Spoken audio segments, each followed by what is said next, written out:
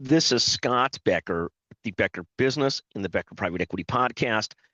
We try and bring you 1 to 2 business or market insight episodes a day. We hope you enjoy the cadence. Plus, we try and bring you one interview a day with the business leader. And thank you so much for listening. We also, as an aside, always want your comments. Feel free at any time to text Scott Becker, 773-766-5322, and love to hear your comments. Today's discussion is even the rich go broke. So here's the story on this, and this is just absolutely fascinating. There's a multi-billionaire who recently passed away in Los Angeles, Gary Winick, highly successful, or thought of as a highly successful entrepreneur, investor, and more.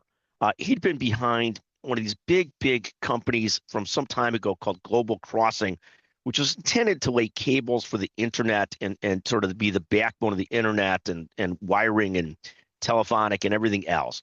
But in any event, Gary got incredibly rich, or was thought of as incredibly rich. At one point, he was thought to be worth about $6.5 billion, and he and his wife and family live this very lavish lifestyle.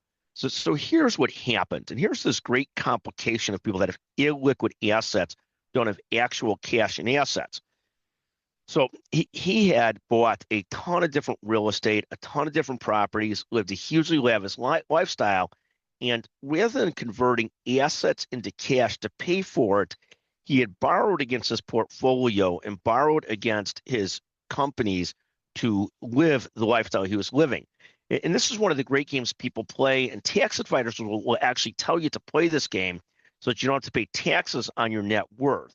Because as long as you keep on letting it grow and don't liquidate things, you could borrow against it. And that's what people have done to live these lavish lifestyles without paying taxes because they're not realizing gains on the assets they sell.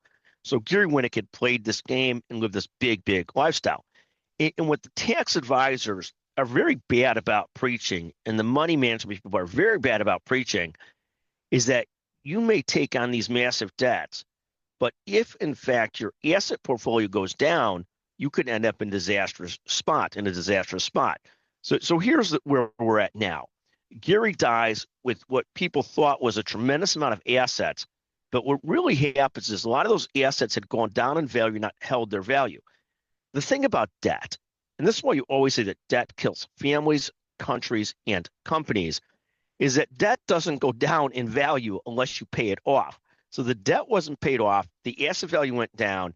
Now his wife, who he left behind, sadly, et cetera, obviously a shame, the whole thing, now is left trying to figure out how to maintain any semblance of lifestyle and even keep themselves in the house now that the sort of house of cards has come crashing down. So whenever anybody ever tells you that leverage is the way to get rich, or leverage is the way to do this, or debt is the way to do this, I would tell them the Gary Winick story. And really the concept is we're very, of course, debt adverse. I might be wealthier if I'd taken on more debt at different times, but at the end of the day, I'm thrilled with the situation we're in. But I do think there's a lesson here. Debt kills families, it kills companies, it kills countries.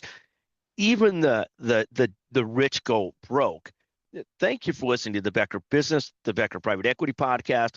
If you get a chance, please go online to Amazon and pre-order our latest book, the hardcover of the latest book, Building Great Businesses, Create Momentum, Overcome Setbacks, and Scale with Confidence. Thank you for listening to the Becker Business and the Becker Private Equity Podcast. Thank you very much.